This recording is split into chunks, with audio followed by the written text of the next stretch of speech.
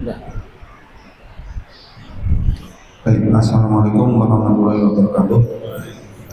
Izin tanya Kak mengenai mandi, misal apa itu untuk orang yang meninggal ya, wajib meninggal, kok wajib meninggal, yang meninggal kan wajib mandi. Misalkan ada seseorang nanti saya itu jam 6 lebih 14 menit 28 detik saya meninggal, sebelum itu saya mau mandi besar, misalkan benar itu dan terus mandi dia terus meninggal, apa itu tetap wajib dimandiin tadi. Nah terus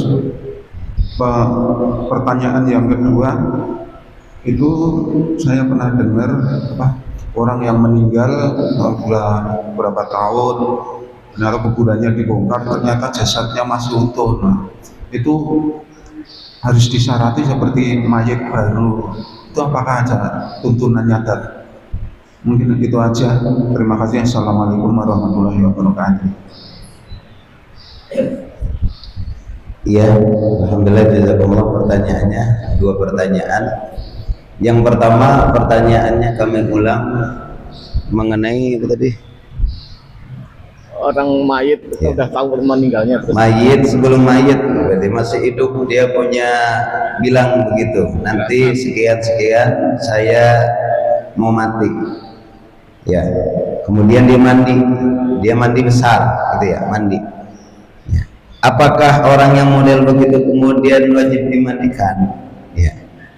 Tetap wajib mandi. Kalau tadi dia punya keniatan saya bakalan mati jam sekian, kemudian ini juga artinya sesuatu yang tidak umum, ya, karena yang namanya takaran kehidupan kematian nggak bisa diprediksi, ya. Tapi misalnya ada orang begitu dan kejadian, ya tentunya kita tidak bisa mengambil kesimpulan bahwa orang setiap yang niat begitu kemudian bakalan mati di sesuatu yang diinginkan.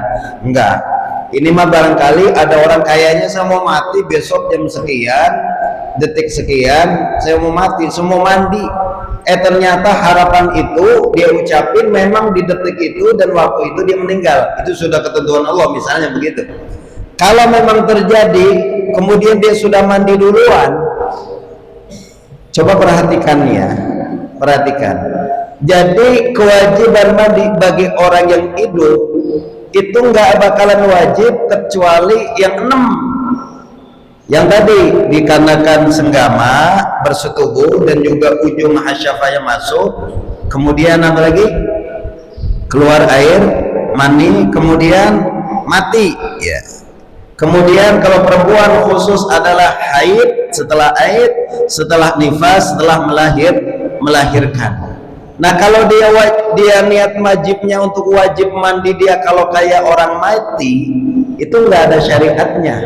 Artinya nanti orang mati bakalan dimandikan, dia mandi duluan sebelum mati. Maka mandinya itu mandi apa? Nggak ada tuntunannya. Ya, artinya sedia payung sebelum hujan. Artinya dia udah bersuci dulu sebelum dia mati. Tapi kan dia niatnya adalah bakalan mati, makanya saya mandi dulu, bukan karena kewajiban tadi, bukan. Itu satu. Nah kalau kejadian, pertanyaannya kejadian begitu dan pas, ibaratnya Allah kabulkan datu, ya memang sesuai perkataan dan memang Allah juga maha tahu. Takdirnya memang betul di hari itu, detik itu dia meninggal, misalnya gitu ya. Apakah kita ini sebagai orang hidup itu karena dia modelnya begitu, apakah dimandiin atau enggak karena dia udah mandi? Tetap wajib memandikan, wajib memandikan. Kalau itu urusan yang lain kalau tadi. Nah beda lagi kalau dia berwasiat, berwasiat. Kalau wasiat makan wasiat mah kudu dijalanin, ya, dijalanin. Wasiatnya begini, ya. Seandainya pun diwasiatkan ya, ini pun jarang-jarang.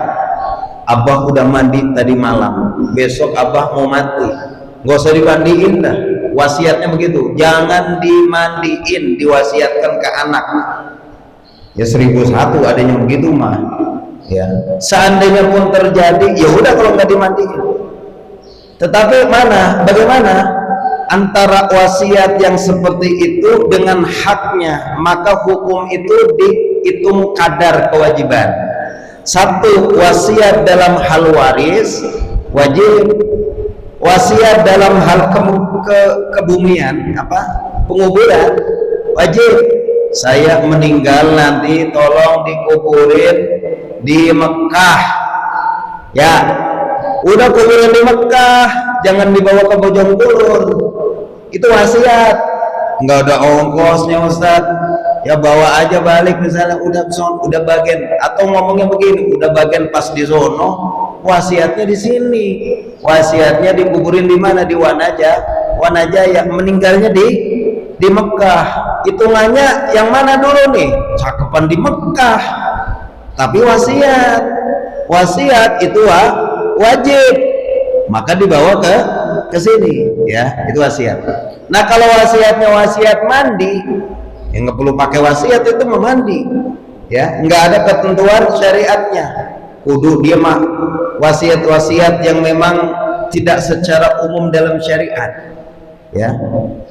Kalau wasiatnya misalnya nanti kalau saya meninggal dunia, saya nggak mau pakai kafan yang biasa, saya mau pakai kain ihram, ya pakein, asal ada kain ihramnya, ya yang memang udah dipakai buat umroh bolak-balik, ya jangan tabarukan dengan kain, boleh wasiatnya dijalanin. Kalau saya udah mandi waktu hidup, kali saya mati nggak usah dimandiin, ya itu mah nggak usah didengerin wasiatnya itu, tetap kita mandiin. Karena apa? Haknya nanti sebagai fardu kifayahnya hilang. Itu kan fardu kifayah, wajibnya bagi bukan orang mayitnya, wajib bagi yang hidup untuk memandikan. Jadi sekali lagi, hukum syariatnya bagi yang hidup, bukan bagi yang mati. Seandainya kelupaan nggak dimandiin nggak apa-apa, kelupaan ya dosa. Dosanya yang mana? Bukan mayitnya yang dosa, yang hidup. Karena ada mayit kelupaan kagak dimandiin, dan dikiaskan kepada seluruh daripada nggak semua mayit dimandikan. Karena hitungan orang syahid nggak perlu dimandiin, ya. Dalam peperangan dimandiin satu-satu, di Palestina dibomba, dibunuh, syahid semua tuh, dimandiin satu-satu, langsung dikebumikan, ya. Pakai kain kafan nggak cukup, udah begitu aja. Kain yang ada dalam ayatul sahabah, orang meninggal dunia itu nggak seluruhnya pakai kain kafan model kita, ya kalau meninggal secara umum disiapin, panggil amil, dibungkus, ya. Kalau syahid yang enggak, ya saya pakai begini, ya udah begini langsung, ya. Ataupun orang yang dalam musibah sebagaimana tsunami, gempa bumi, ya sudah langsung dimasukkan, diuruk. Kalau sempat memang dibungkus, kalau enggak ya sudah dimasukkan ke dalam, itu hitungannya syahid, begitu ya. Itu yang pertama. Jadi kalau ada orang pesen masih hidup, dia kemudian udah mandi, siapkan diri, ya, kemudian nanti nggak usah dimandikan, itu mah nggak usah dijalanin, tetap kita mandikan karena itu wajib bagi yang hidup. Kalau mau persiapan begini, saya sholat sebelum disolatin, saya ngaji sebelum di ngajiin, saya ke masjid sebelum di ke masjidin. Nah itu boleh sebagai isti'dad liyaumir rahil, yaitu persiapan perjalanan jauh ke akhirat. Itu namanya persiapan mati sebelum mati. Kalau mandi sebelum nanti mandi dimandiin nggak usah, ya. Tetapi persiapan amal sebelum mati, itu satu. Yang kedua, dari pertanyaan dua, satu lagi apa tuh? Orang yang meninggal karena dibersihin masih bagus, terus diapain? Oh baik, ya. Ada orang-orang soleh yang memang luar biasa amalan, dan gak semua. Ini keistimewaan, ya. Keistimewaan itu gak semuanya dapat, dan gak semuanya digolongkan, ya. Dia begini pasti begini, enggak. Itu keistimewaan, yang tahu hanya Allah saja. Karomah itu yang tahu hanya Allah, nanti sama orang yang itu. Ya, sebelum lama dalam majalah Hidayah kan ada seorang guru pengajian, kemudian meninggal dunia. Sekian lama itu kuburnya kemudian ada suatu hal akan dipindah karena suatu bangunan, yang mana dituntut untuk memindahkan kubur bunyai tersebut. Ternyata sekian tahun ya, yang harusnya sudah hancur, sudah habis, ketika digali itu bagaikan baru semalaman dikubur. Berarti seperti kuburan baru. Nah, apakah itu ketika sudah ratusan tahun atau mungkin puluhan tahun kemudian pas dibangunkan atau digali masih seger ya, bahkan senyum, apakah diulangi? Enggak. Kan tadi syariat itu mewajibkan mandi itu yang baru mati, bukan mati kedua ketiga ya.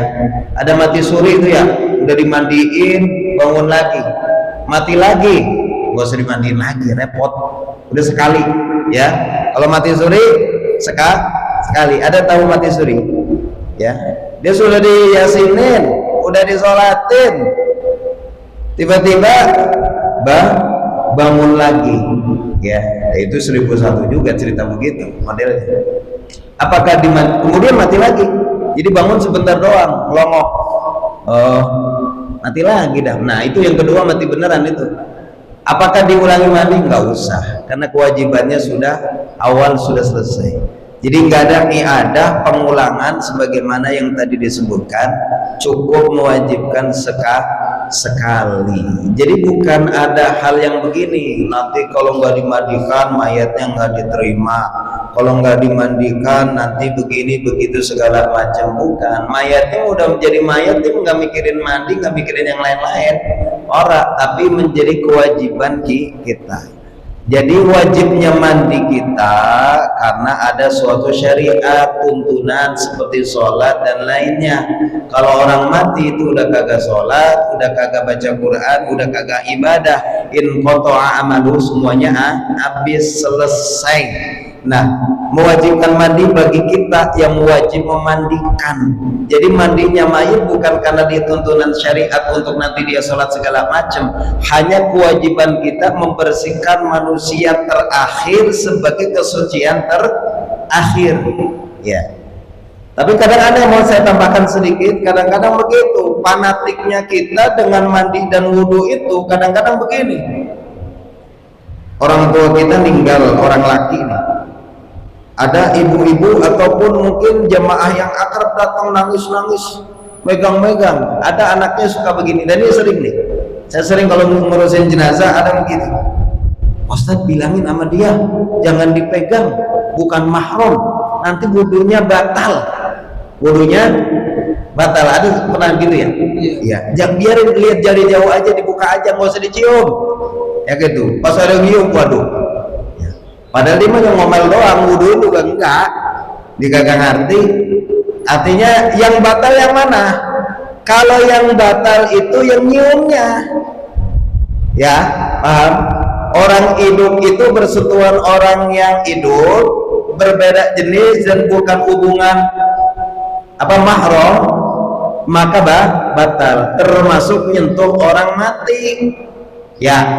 Bapak orang hidup, ada mayat perempuan, bukan siapa-siapa nih, kita sentuh, batal nggak? Batal. Yang batal itu apa? Kita yang hidup, mayatnya malah kagak batal. Terus ulangi, nggak perlu, udah nggak apa-apa, sebagaimana daripada mandi tadi ya, dimandiin lagi repot pak, nyium satu, wuduin lagi, terdatang lagi nyium lagi, wudu lagi, lah kapan dikuburin ya gitu. Artinya ini adalah yang secara umum kadang-kadang begitu ya. Tapi husnuzon kami, husnuzon saya bagi orang-orang yang mempertahankan wudhunya si mayit tadi, mungkin husnuzonnya adalah biar nggak batal dah, biar suci. Padahal secara syariat batal dan tidaknya itu kan untuk kewajiban ketika hidup. Kalau kesononya mah ya udah ya, nanti kalau nggak suci nggak diterima lah. Soal terima bukan soal itu ya, amalnya lah. Ini garong dimandiin sampai 7 kali balik, nanti biar di sono aman, nggak ada ngaruh. Ya, begitu artinya ya. Ya, jadi apakah kalau yang dibangunkan kembali kemudian dimandikan kemudian enggak, dikuburin lagi udah. Sholatin lagi enggak. Ya. Enggak ada disolatin lagi, enggak ada dimandiin lagi, doain ya. Dipindahin ke tempat yang baru dari rumah sakit Plumbon. Nah, itu kan kuburan semua tuh, Pak. Yang belah sono tuh bangunan baru ya. Kalau kita kerasa tuh bangunan yang blok B sebelah sini yang emang bekas pohon rambutan anget. Bangunan baru tuh yang dari lobi ke belakang dekat rumah saya panjang itu rada adem. Ya. Kayak kemarin belum lama saya nengok ke sono. Almarhum ya, ada ya kemarin ya, nama Haji Qasim. Mbak siapa tuh? Fratman apa siapa gitu ya. Itu bawaannya panas padahal AC-nya nomor 16.